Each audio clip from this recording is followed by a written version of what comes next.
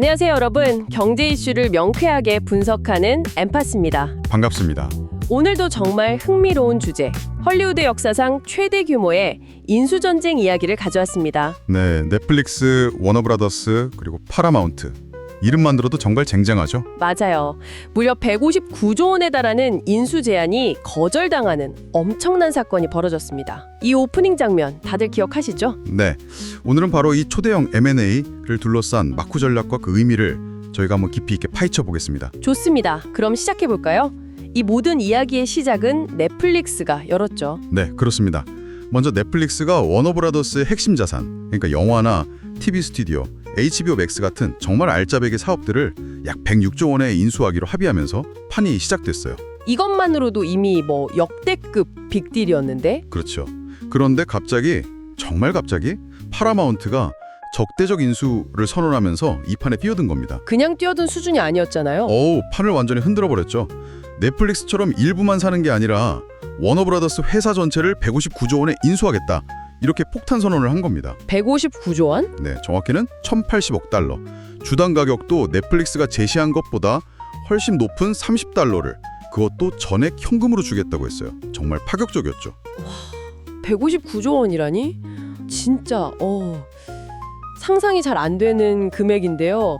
게다가 파라마운트 뒤를 받쳐주는 자금줄도 어마어마했잖아요. 맞습니다.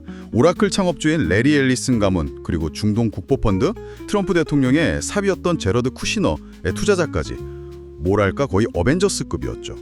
그러니까요. 표면적으로는 파라마운트의 조건이 모든 면에서 훨씬 좋아 보이는데요. 그런데 왜 워너브라더스는 이 제안을 거절한 걸까요? 이게 오늘의 핵심 질문이겠네요. 네, 바로 그 지점입니다.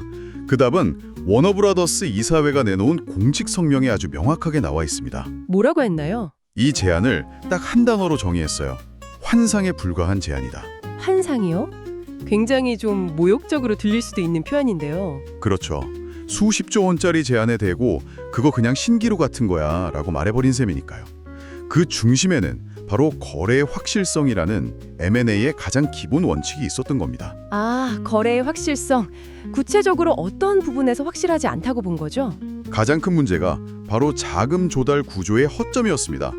파라마운트가 내세운 자금 보증 주체가 레리 앨리슨 개인이 아니었어요. 개인이 아니면요? 그의 가문이 보유한 철회 가능한 신탁이라는 형태였거든요. 철회 가능한 신탁이요? 말이 조금 어려운데 이게 어떤 의미인가요? 아주 쉽게 비유하자면 법적 구속력이 약한 취소 가능한 약속 같은 거예요. 취소 가능한 약속이요? 네, 마치 친구가 내가 꼭 돈 빌려줄게 라고 말해냈는데 차용증은 안 써준 것과 비슷한 상황이죠. 비유가 아주 그냥 귀에 쏙 들어오네요. 친구 사이라면 믿고 넘어갈 수도 있겠지만 바로 그겁니다. 네, 그래서 워너 이사회는 일론 머스크가 트위터를 인수할 때처럼 확실한 개인 보증을 요구했지만 결국 받지 못했습니다. 결정적인 부분이었네요. 네, 그리고 바로 그 불신에 기름을 붓는 사건이 터지죠. 뭔가요? 컨소시엄의 주요 멤버였던 트럼프 대통령의 사위 제러드 쿠시너의 투자사가 갑자기 거래에서 발을 뺀 겁니다. 와, 정말요? 네, 자금 조달 계획에 아주 심각한 균열이 생겼다는 신호였죠. 와, 그러니까 겉으로 보이는 화려한 금액과 달리 그 돈을 실제로 가져올 수 있다는 보장이 전혀 없었던 거네요. 맞습니다. 결국 워너 이사회는 당장 눈앞의 높은 가격보다는 끝까지 안전하게 거래를 마칠 수 있는 안정성을 선택한 겁니다. 불확실한 159조보다 확실한 106조가 낫다. 정말 비즈니스의 격언을 보여주는 사례네요. 정확합니다. 자, 그럼 파라마운트가 그렇게 스스로 무너지는 동안 넷플릭스는 가만히 있지 않았을 텐데요. 이 기회를 어떻게 활용했나요? 넷플릭스는 그야말로 전략의 교과서 같은 움직임을 보여줍니다. 파라마운트의 약점, 그러니까 워너 이사회가 가장 걱정하는 거래의 불확실성을 정면으로 파고들었죠. 어떤 식으로요? 첫 번째 승부수가 정말 압도적이었습니다. 만약 정부 규제 때문에 인수가 무산될 경우에요. 위약금으로 무려 58억 달러. 58억 달러요? 네, 우리 돈으로 약 8조 5천억 원을 지급하겠다고 제안한 겁니다. 와, 8조 5천억 원? 이건 그냥 돈을 걸었다는 의미를 넘어서는 것 같은데요. 그럼요. 이건 워너 이사회에 보내는 아주 강력한 메시지였어요. 우리는 규제 승인을 받을 자신이 있다. 그리고 만에 하나 잘못돼도 당신들 손해는 절대 없게 하겠다는 돈으로 보여줄 수 있는 가장 확실한 신뢰의 표현이었죠. 이야, 파라마운트가 취소 가능한 약속을 내밀 때 넷플릭스는 8조 5천억 원짜리 수표를 내민 셈이네요. 네, 정말 극적인 대비죠. 하지만 규제 문제 자체가 사라지는 건 아니지 않습니까? 독과점 논란이 있을 수밖에 없는데요. 맞습니다. 그래서 두 번째 전략이 나옵니다. 바로 아주 영리한 여론전이었죠. 여론전이요? 네, 넷플릭스는 자신들의 진짜 경쟁 상대는 디즈니나 아마존이 아니라 유튜브라고 주장하기 시작했습니다. 잠깐만요. 유튜브요? 그게 정말 먹힐까요?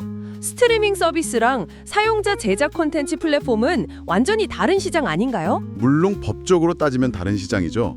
하지만 이 주장의 진짜 목적은 뭐랄까 인식의 전환을 노린 겁니다. 인식의 전환이요? 네, 시청 시간 점유율을 계산할 때 유튜브를 포함시키면 넷플릭스와 워너를 합쳐도 점유율이 9%에 불과하다는 데이터를 제시했어요. 규제 당국이 거대 독점 기업의 탄생이라는 프레임에 갇히지 않도록 생각의 기준점을 바꿔버리려는 아주 교묘한 전략이었죠. 와, 그건 정말 생각지도 못한 관점이네요. 문제를 직접 푸는 게 아니라 문제 자체를 다르게 보이게 만드는 전략이라니. 그리고 세 번째 전략으로 헐리우드 민심을 다독였습니다. 아, 내부 단속도 했군요. 네, 기존의 스트리밍 우선 정책을 버리고 인수 후에는 극장 개봉 사업의 전통을 존중하겠다고 약속했고요. 또 AI 때문에 일자리가 줄어들 거라는 창작자들의 불안감에 대해서도 스튜디오 폐사는 절대 없을 것이라고 못을 박았습니다. 그게 바로 핵심이네요. 특히 헐리우드 창작자 조합의 영향력을 생각하면 스튜디오 폐쇄는 없다는 약속은 아주 전략적인 발언이었겠어요. 맞습니다. 넷플릭스는 돈, 명분, 그리고 내부 지지까지 모든 전선에서 파라마운트를 압도하기 시작한 겁니다. 자, 이렇게 넷플릭스가 판을 거의 다 가져온 것처럼 보이는데 아직 마지막 관문이 남아있었죠. 바로 예측 불가능한 변수, 트럼프 행정부의 반독점 심사였습니다. 네, 실제로 트럼프 대통령이 공개적으로 넷플릭스 인수가 문제가 될 수 있다고 우려를 표명하기도 했어요. 여기서부터는 비즈니스를 넘어 한편의 정치 드라마가 펼쳐집니다. 정말 복잡하게 얽혀 있더라고요. 파라마운트를 지원하는 레리 앨리스는 트럼프 대통령의 확고한 지지자로 알려져 있었고요. 그럼 트럼프 대통령이 파라마운트에 손을 들어주는 게 자연스러워 보이는데요? 상식적으로는 그렇죠. 하지만 트럼프 대통령은 또 파라마운트 소유 방송사인 CBS의 시사 프로그램에 대한 개인적인 불만을 드러내면서 파라마운트 지원설과 슬쩍 거리를 둡니다. 정말 속내를 알 수 없네요. 네, 그런데 바로 그 예측 불가능성 때문에 새로운 변수가 등장합니다. 바로 CNN이었죠. 아, CNN이요? 네, 넷플릭스는 처음부터 인수 대상에서 CNN 같은 케이블 뉴스 채널을 제외했는데 이게 그야말로 신의 한 수가 됐습니다. 왜 그게 신의 한 수가 된 거죠? 트럼프 대통령이 평소 비판하던 CNN을 워너가 매각해야 한다고 주장하면서 역설적으로 넷플릭스의 분리인수 계획에 힘이 실리게 된 겁니다. 아, 넷플릭스는 어차피 CNN을 안 사겠다고 했으니까. 그렇죠. 트럼프 대통령의 CNN 공격이 결과적으로 넷플릭스에게는 유리하게 작용한 셈이죠. 이야, 정말 아이러니의 극치네요. 심지어 이게 그냥 정치적 수사에 그치지 않았어요. 실제로 한인 사업가인 수 김 대표가 이끄는 헤지펀드가 CNN 인수를 논의 중이라는 구체적인 보도까지 나왔거든요.